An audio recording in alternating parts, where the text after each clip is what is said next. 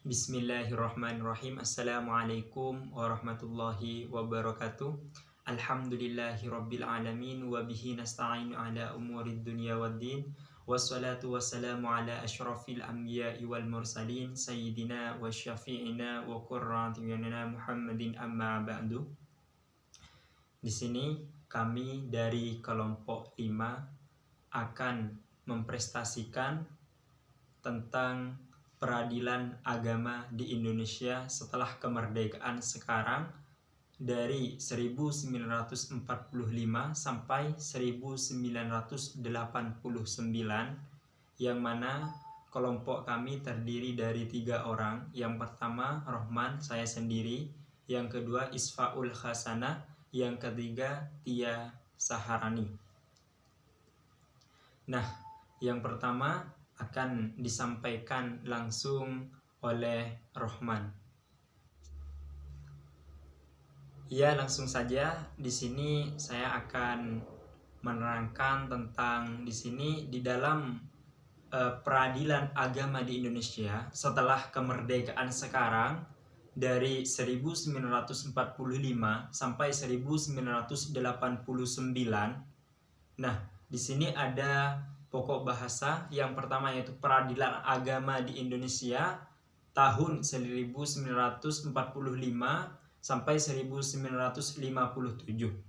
Yang kedua yaitu peradilan agama di Indonesia tahun 1957 sampai 1974. Yang ketiga yaitu peradilan agama di Indonesia tahun 1974 sampai 1989. Nah, yang pertama yaitu peradilan agama di Indonesia tahun 1945 sampai 1957 yang akan disampaikan saya sendiri. Nah, di sini penyerahan pembinaan kepada Kementerian Agama. Jadi setelah Indonesia merdeka, atas usul Menteri Agama yang disetujui oleh Menteri Kehakiman, perintah menyerahkan Mahkamah Islam Tinggi dari Kementerian Kehakiman kepada Kementerian Agama melalui penetapan Pemerintah Nomor 5 SD tanggal 25 Maret 1946.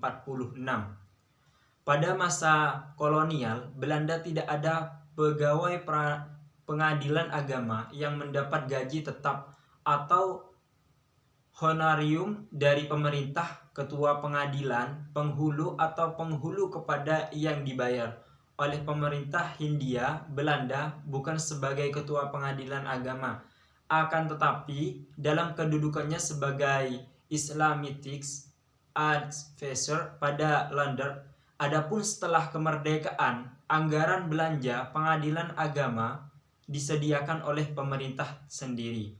Jadi di sana itu dalam kebutuhan dalam pengadilan agama yang disediakan pengadilan agama, belanja dan anggaran-anggaran keluaran biaya-biaya di sana ditanggung oleh pemerintah sendiri. Lahirnya Undang-Undang 22 tahun 1946. Berdasarkan pertimbangan bahwa peraturan nikah, talak, dan rujuk sejati yang diatur dalam Hawalish Donatik dari 1929 nomor 348 dan 1931 nomor 467 for Zealand Her Donatik but Western. Peraturan baru mengenai hal tersebut tidak mungkin dilaksanakan dalam waktu singkat, maka sambil menunggu peraturan baru untuk memenuhi keperluan yang sangat mendesak pada tanggal 21 November 1946 disahkan dan diundangkanlah Undang-Undang Nomor 22 Tahun 1946 tentang pencatatan nikah, talak, dan rujuk. Undang-undang ini hanya berlaku untuk Jawa dan Madura. Nah, di sini menurut pembuatan berdasarkan pertimbangan peraturan nikah, talak, dan rujuk, yaitu menurut Undang-Undang 1929 nomor 348. Nah, di sini sudah dibentuk atau dilaksanakan dalam waktu singkat dan menunggu peraturan baru untuk memenuhi keperluan yang sangat mendesak. Pada tanggal 21 November 1945 disahkan dan diundangkanlah Undang-Undang nomor 22 tahun 1946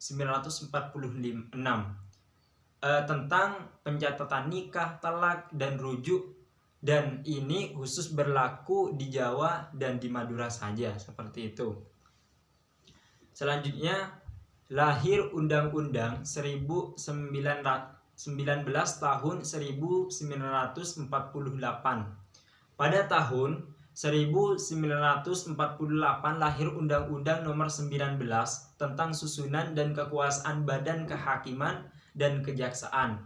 Dalam undang-undang ini, kewenangan peradilan agama dimasukkan dalam pengadilan umum secara istimewa yang diatur dalam pasal 35 ayat 2, pasal 75, dan pasal 33.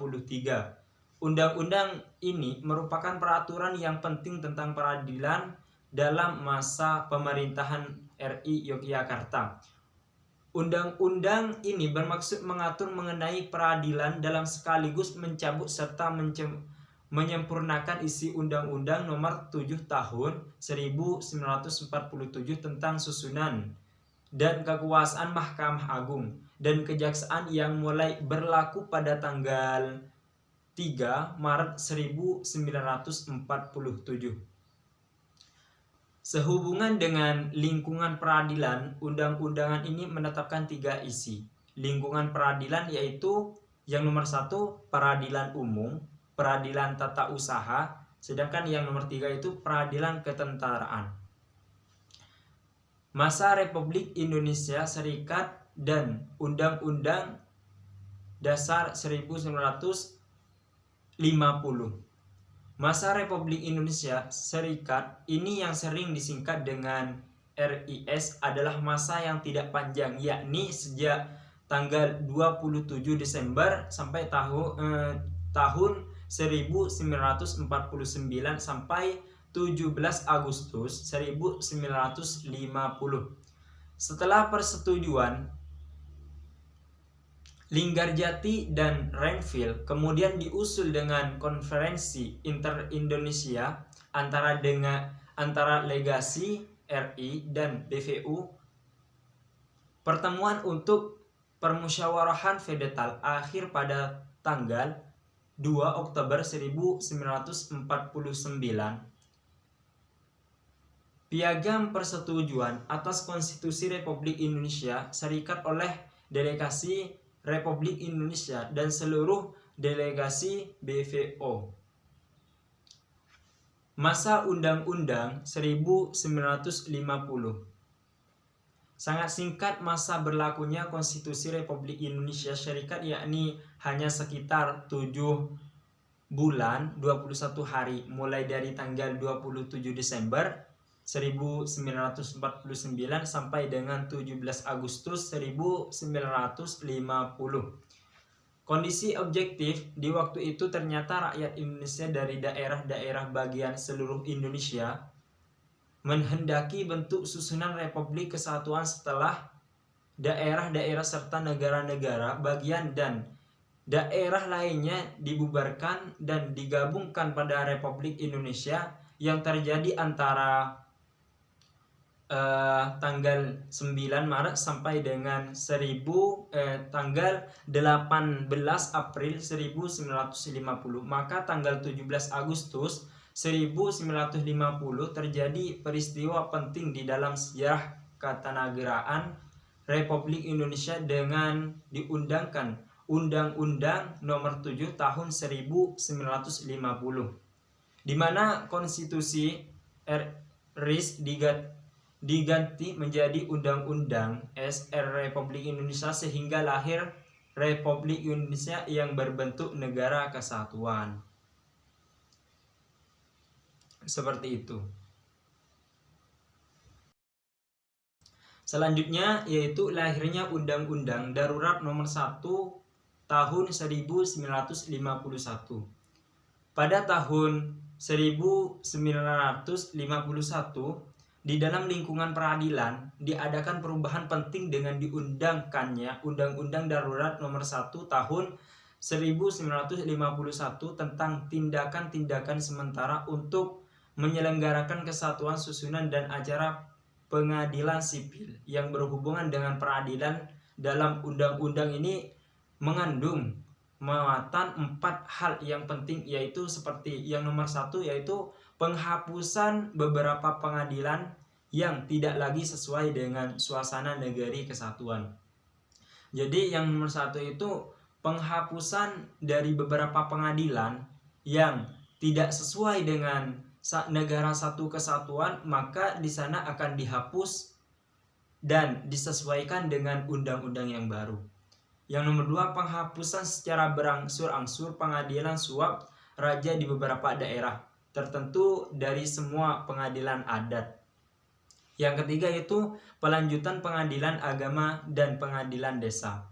Sedangkan yang nomor 4 yaitu pembentukan pengadilan negara dan kejaksaan di tempat-tempat di mana dihapus legis atau pengadilan negara, serta pembentuk pengadilan tinggi di Makassar dan pemindahan tempat kedudukan pengadilan tinggi Yogyakarta dan Bukit Tinggi masing-masing ke Surabaya dan Medan.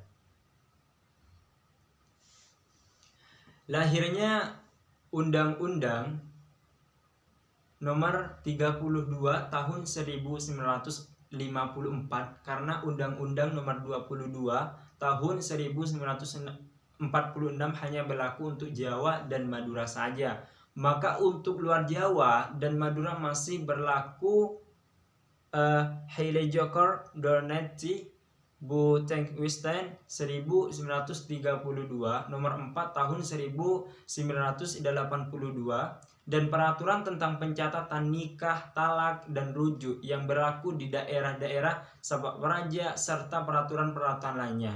Setelah terbentuknya Negara Kesatuan Republik Indonesia, dirasakan perlu adanya satu macam undang-undang yang mengatur pencatatan nikah, tidak, talak, dan rujuk. Pada tanggal 26 Oktober 1954 disahkan Undang-Undang RI Nomor 37 Nomor 32 tentang penetapan tahun 1954 tentang penetapan berlakunya Undang-Undang RI tanggal 21 November 1946 tentang pencatatan nikah, talak, dan rujuk di seluruh daerah luar Jawa dan Madura. Nah, di sana ketika sudah disahkan undang-undang di Indonesia, maka mengikuti semua yang ada di Undang-Undang Republik Indonesia.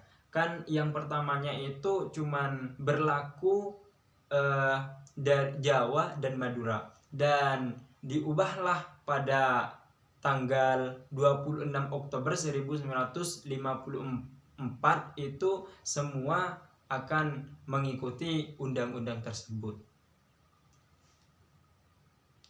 Selanjutnya yaitu akan dijelaskan oleh saudari Tia. Ada peradilan agama di Indonesia pada tahun 1957 sampai 1974. Yang pertama, lahirnya Peraturan Pemerintah Nomor 29 Tahun 1957. Pada tahun 1957 dengan Peraturan Pemerintah Nomor 29 tentang pembentukan peradilan agama atau Mahkamah Syariah di Provinsi Aceh. Di Aceh dibentuk satu Mahkamah Syariah yang mengadili perkara-perkara yang bertalian dengan agama Islam. Peradilan Agama Aceh dengan nama Mahkamah Syariah sudah ada sejak 1 Agustus 1946, bahkan tidak hanya di daerah Aceh, tapi juga beberapa daerah di Sumatera, yaitu Tapanuli, Sumatera Tengah, Jambi, Palembang, dan Lampung. Selanjutnya lahirnya Peraturan Pemerintah Nomor 45 Tahun 1957.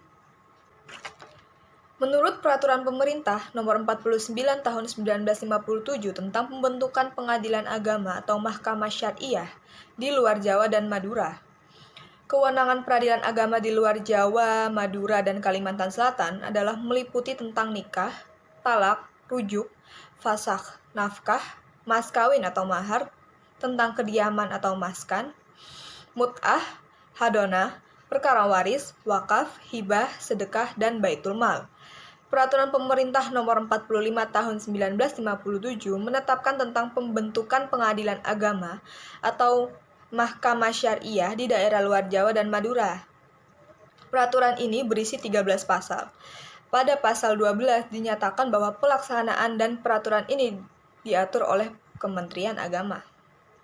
Kemudian berdasarkan Keputusan Menteri Agama Nomor 23 Tahun 1960, tanggal 14 November 1960, dibentuklah 16 cabang kantor pengadilan agama Mahkamah Syariah yang tersebar di Sumatera, Kalimantan, Sulawesi, Nusa Tenggara, Maluku, dan Irian Barat.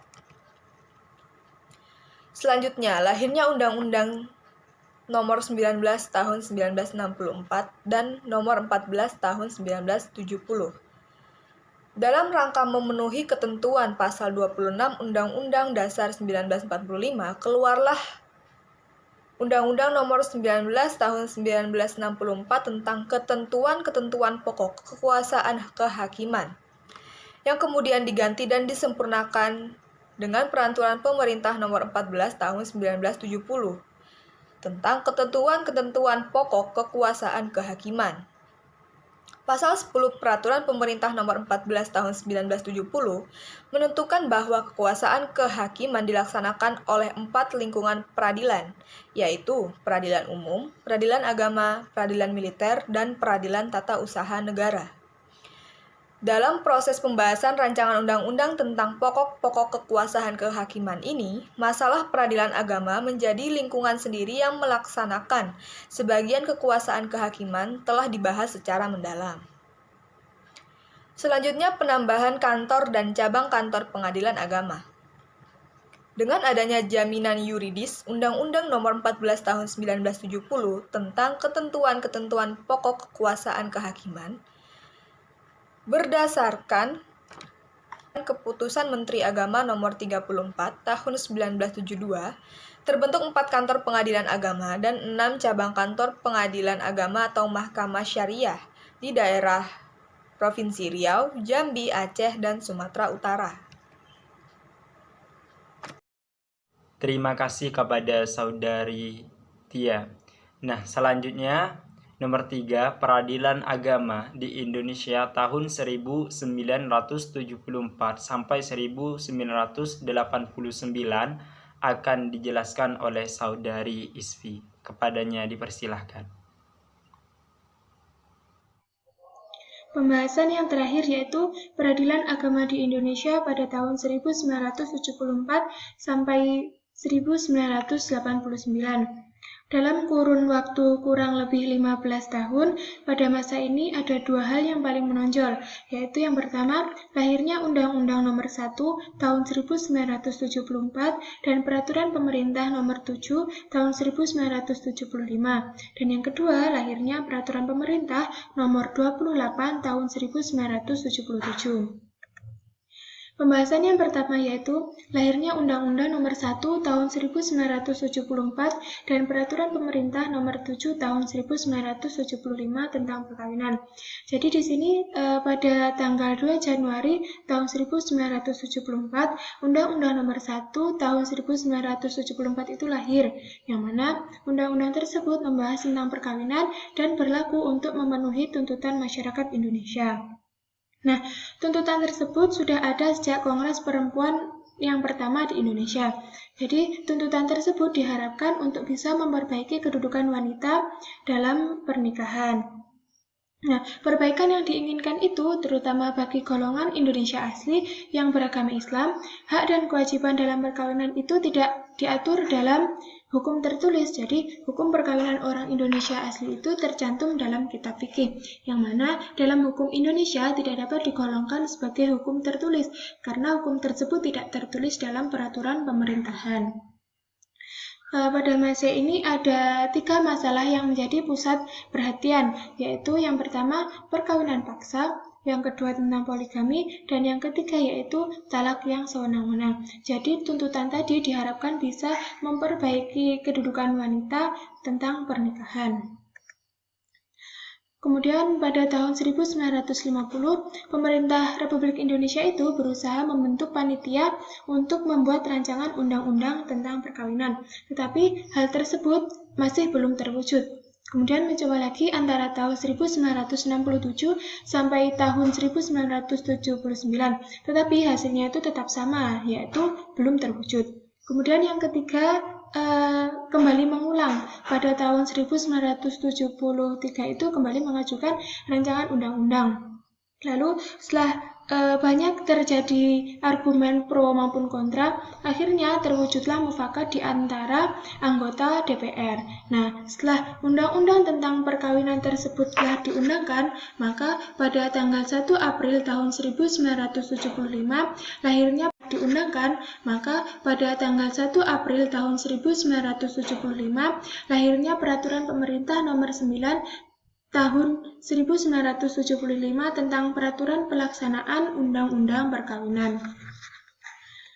Kemudian pembahasan yang selanjutnya yaitu lahirnya Peraturan Pemerintah Nomor 28 tahun 1977, yang mana peraturan pemerintah tersebut mengatur tentang perwakafan tanah milik.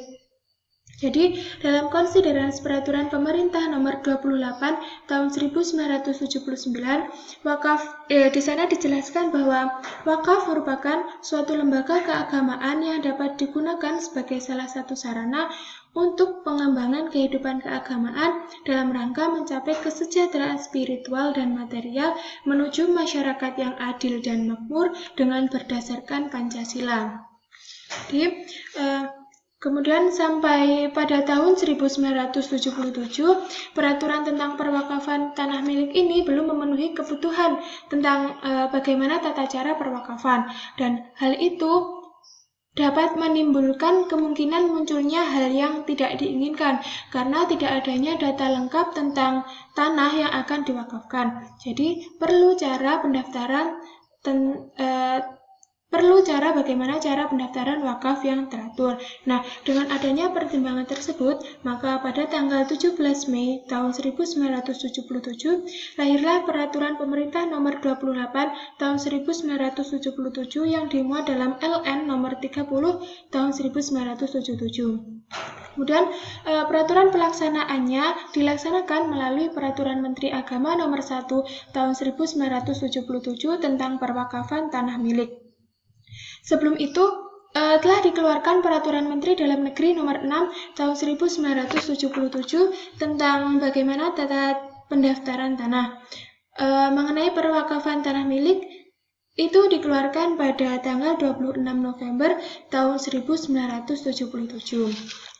Nah, jadi seperti yang telah kita ketahui bahwa wakaf itu selain diatur dalam Undang-Undang Nomor 28 Tahun 1977, wakaf juga diatur dalam kompilasi hukum Islam pasal 215 sampai pasal 227.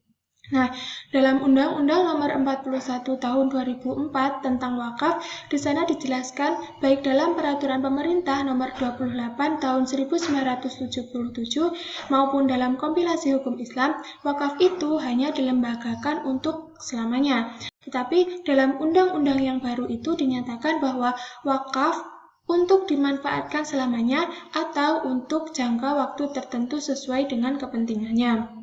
Yang kedua, dalam Undang-Undang Wakaf baru dijelaskan tentang hukum pidana bagi orang yang melanggar wakaf secara lebih rinci bentuk maupun besar hukumnya.